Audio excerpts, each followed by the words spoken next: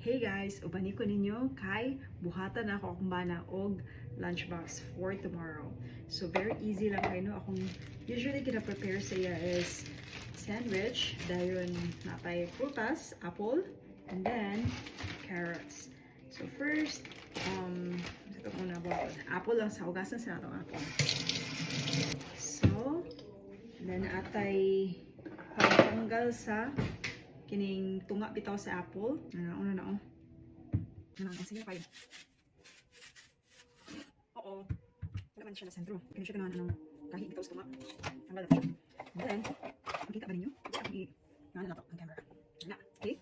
Takang na ko siya. And then, tayo tulog ka division sa akong lunchbox. Tanggal yan ako na plaster, imaigo. So kaunan ko lang yung uban. I want my husband to eat healthy food, no? Tama to ang carrots, Danny. We're done with the apple and carrots. Now, it's time for the bread. Ang akong buhaton karne sandwich is butter sandwich, which is one of his favorites food. And then, I usually put the other side food, no? And that's it. Ano lang. Mao lang iyang lunch for tomorrow. Now, the apple, carrots, and peanut butter sandwich.